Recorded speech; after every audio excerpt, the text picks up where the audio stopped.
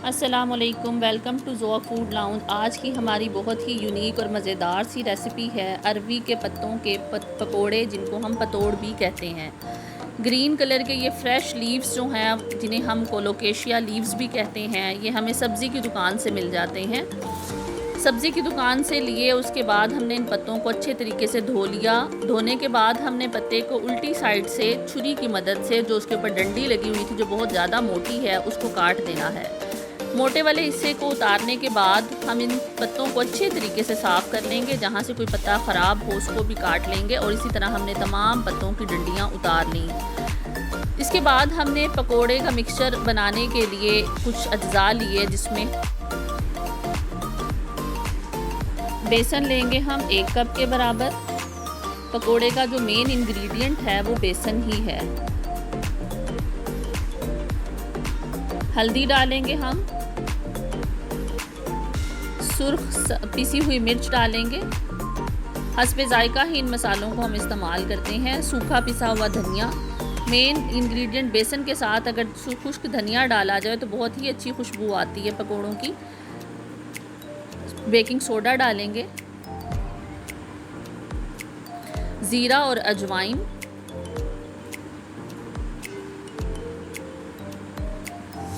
नमक हस्बे जायका शामिल करेंगे।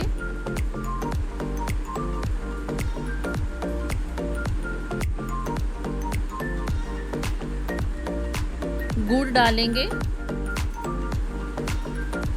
बहुत ही यूनिक सी रेसिपी है। गुड़ का कॉम्बिनेशन हमने बनाया है इमली के पल्प के साथ।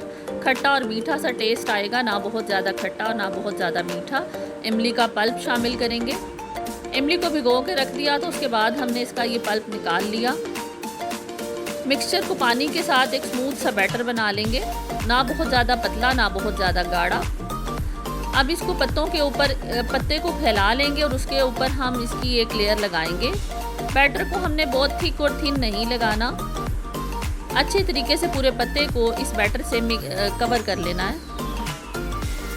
एक पत्ते के बाद हम दूसरा पत्ता उसी के ऊपर रखकर हम इस बैटर को लगाते जाएंगे। पकोड़ा की शक्ल देने के लिए ये लेयर्स बनती हैं, इसीलिए हमने एक के बाद एक पत्ता ऊपर रखा है। मैं 4 से 5 अदद पत्तों को रखूँगी और उसके बाद हमने इसके ऊपर बैटर लगा के इसको फोल्ड करना है। ये चौथा पत्ता है। हर पत्ते के ऊपर हमने बैटर की एक लेयर लगानी है, यानी ये अंदर तक क्रिस्पी बनेगा। ये 5वां है। कोशिश करेंगे सबसे बड़ा वाला पत्ता नीचे रखें, उसके बाद ऊपर जो रखें वो छोटे हों, ताकि लेयर बनाना आसान हो जाए। अब मिक्सर लगाने के बाद हमने इनको इस तरीके से फ़ोल्ड कर देना है। फ़ोल्ड करने के लिए भी हर तह में हमने मिक्सर का इस्तेमाल किया है।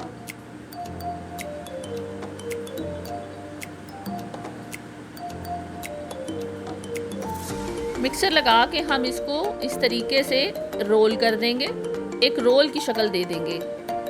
टाई नहीं करना इसको, जस्ट इसी तरह से रोल करना है और ऊपर भी मिक्सचर लगा देना है और इसको रख देना है। इसी तरीके से हमने अपने तमाम पत्तों को रोल कर लिया। इसके बाद हम इन्हें स्टीम करेंगे। स्टीम करने के लिए एक बड़े से पैन के अंदर हमने पानी डाला और स्टीमर रखा है। स्टीमर के ऊपर ये रोल किए हुए पत्ते रखेंगे। पैन को अच्छे तरीके से कवर कर देंगे। आधे घंटे के लिए हमने इसको छोड़ देना है। आधे घंटे के बाद ये स्टीम हो गए। स्टीम हो के जो मिक्सचर है और पत्ते हैं वो गल जाएंगे। ठंडा होने देंगे। ठंडा होने के बाद हम अपनी मर्ज़ी के छोटे छोटे स्लाइसिस काट लेंगे। स्लाइसिस के अंदर आपको बहुत अच्छी सी लेयर्स नज़र आ रही हैं। इसी तरह ये लेयर्स वाले पकोड़े बनते हैं, बहुत ही यूनिक किस्म के हैं। अब इनको हम फ्राई करेंगे। फ्राई करने के लिए एक पैन के अंदर हमने ऑयल डाला, ऑयल को थोड़ा गर्म किया और उसके अंदर ज़ीरा डाला। ज़ीरा बहुत ही क्रिस्पी और यूनिक सा टेक्सचर देगा। इनको हमने शैलो फ्राई करना है। 1 बाय 1 हम इसके अंदर रखते जाएंगे और ज़ीरे का एक किस्म का तड़का लगा लेंगे इनको। एक साइड से फ्राई हो जाने के बाद हम इनकी साइड को चेंज कर लेंगे।